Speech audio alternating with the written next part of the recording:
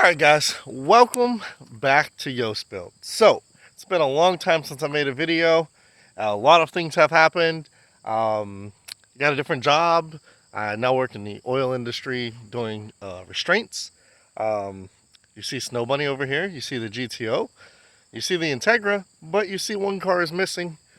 That is the Juke. So, the Juke blew up.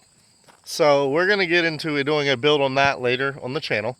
But it did finally, after 150,000 miles, the oil pump or timing chain exploded and it left me stranded, and it's down in the shop and broken. But that's not what this video is about. This video is all about the update on snowbunny. Let me flip the camera around here and we're going to get to talking about everything we had to change and the new setup that I didn't make any videos of. You guys see me swap an H into it the first time. You guys see me fix the F20B, put it together, do a bunch of things to it, and it never got oil pressure, which I'll explain when I flip the camera around. But let's flip the camera around and show you exactly what we did to snowbunny version 3. Alright, now we have the camera flipped around. Let's talk about snowbunny. If this is your first time watching a Yoast Build video, this is my 1998 Honda Civic EX. Fully loaded, sunroof, everything you can do, but this car is H22 swapped, not H2B, full H22. So it has a Prelude drivetrain in it, and it runs phenomenal. It does have a nitrous kit that I use when needed, but it does have a H22. If you go back 3 years on the channel, when I first moved to Pennsylvania, this was my car I built to drive around in the winter. That's why I call it Snowbunny. It's had 3 different setups, actually 4 different setups now. It's had its original H22. It had a G22 that I pulled out to put an F20B in that I had got for cheap, that the last time you've seen videos on this car I was trying to fix. Well, from what I found out, the kid that I got that motor from drilled up into the block somewhere to do the balance shaft delete kit, and apparently he drilled the hole somewhere where it does not allow oil pressure to make it to the cylinder head. So off the back of the oil pump, I have oil pressure. Right on the back of the block by the oil filter, I have oil pressure, but I do not have any oil pressure in the cylinder head. It does flow a little bit of oil, but majority of the oil returns to the short block. So there is no VTEC. The cylinder head does not have good oil flow, and I didn't feel like destroying a perfectly good F20B cylinder head that was freshly rebuilt on that motor. So I went and purchased a parts Prelude donor car that had a JDM h23a swap with a M2Y4 transmission, and that is what is now in snowbunny. Let me open the hood. I'll show you. We'll just do this as a one take so it's much easier to explain. Same thing as before. Same interior, same SI cluster, low mileage, EK life, boom. Prelude shifter down there in the center console. We'll get the open in the hood. Oh, we do have new wheels. These are work equipped knockoff reps things. I don't even know what they're called actually. I quit paying attention to them. So here she is, H23a. Robert Burton coil unplug, Roscoe Racing, UR intake manifold, 72mm throttle body. There is the nitrous kit. I don't know if I referred to that earlier. M2Y4, if you ever want to know where the trans code is. Alternator converted to OBD1. There's the Hasport mounts. It has the UR crank pulley right there, the single row. It has Yonaka axles. There's the Rev 9 coilovers.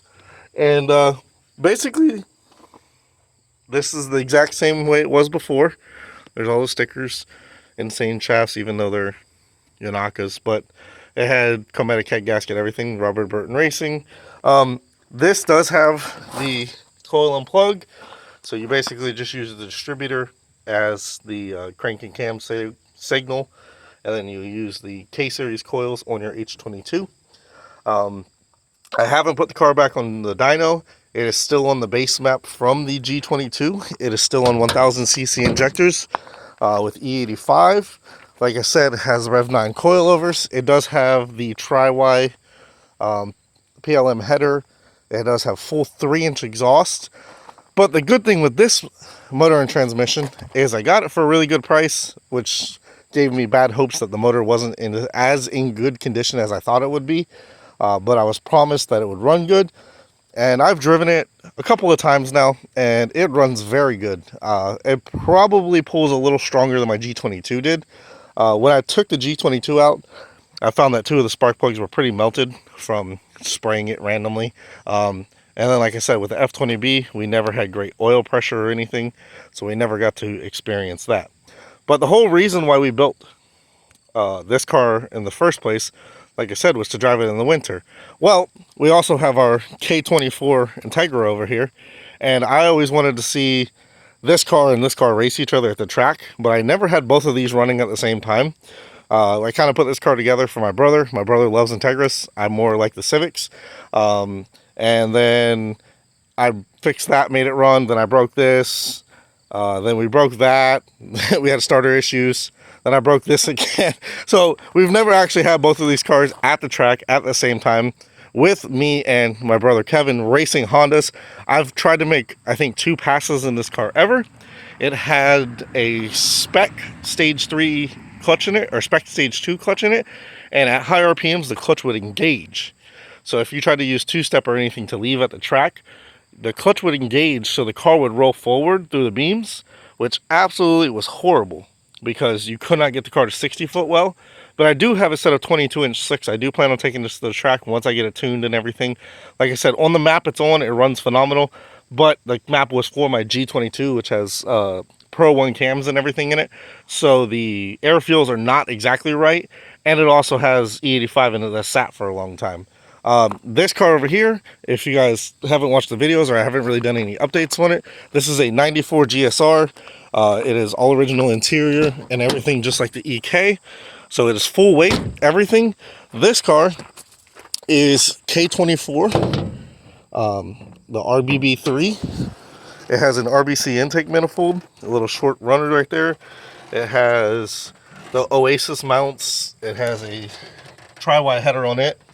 This car also does have power steering and AC kits, which is kind of funky to do when you have the ABS for the GSR. But this car is a full weight car, has intake header and exhaust just like the EK. If you look up the curb weight on this car, I believe this car is 115 pounds heavier than that car. This thing made 205 horsepower and like 170 foot-pounds of torque on the dyno. That car, the last time I had it with the H series on the dyno, not the built G22, it made like 204 or 203 and like 168. So theoretically, my brother is about 100 pounds lighter body weight than me, so that'll even out the weight of the cars. And both of these cars made very similar power before, so this would be a good race. Basically a stock K24 versus a stock H23.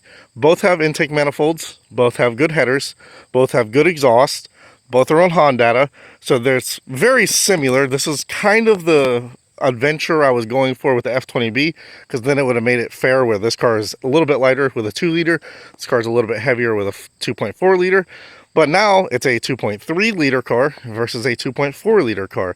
You have old school H series VTEC versus new school K24. Like I said, this is a RBB3, so this is the TSX 0, I think this is like a 04 or 03. It's not the good 06 to 08 motor, it's the one before that. But I've never put this car back on the dyno, and I've actually never put this car on the dyno with this motor because, like I said, it's still on the base map. So that is the update on snowbunny. And if you guys see the GTO over here, yes, I did get Kushi K1's BMW spec M3 wheels. So I put German M3 wheels on the GTO. This is actually what I'm daily driving right now. I've just started daily driving this. I just got the swap done, I think 2 weekends ago, and I was daily driving that. I got to get a battery for that now because I stole the battery for this. But the GTO has also got an update. It has an SLP loudmouth catback and an intake on the dyno. It gained 30 wheel horsepower. If you follow me on the Yoast Built webpage on Facebook. You'll see all the updates on this car when I go rogue and stop making videos for a while. I do update the Facebook page on Cars We Dyno, people's builds that come over that I like, or people that send me builds on the internet that I like and I post. So not all those builds on that webpage are mine. Most of them are just something somebody sent me and I enjoyed, so I share it to you guys. But that's the update on Snowbunny. It is now H23a JDM, H23a Euro R intake manifold with a 3-inch exhaust on the E85 1000cc injectors with the Robert Burton coil unplug kit with a proper transmission that does not grind any gears. Shifts brilliant, just like the Integra. The Integra does have a Z3 6-speed LSD trans in it, so that car has way better gearing than this car. But I do want to make some videos of the reaction of an H series versus a K series. Nothing crazy, both daily driver friendly cars. Hopefully you guys enjoyed the update on Snowbunny, and leave a comment below. Would you rather drive a K24 Integra, an H23 EK, or a LS1 GTO that's T56 car? Have a wonderful day.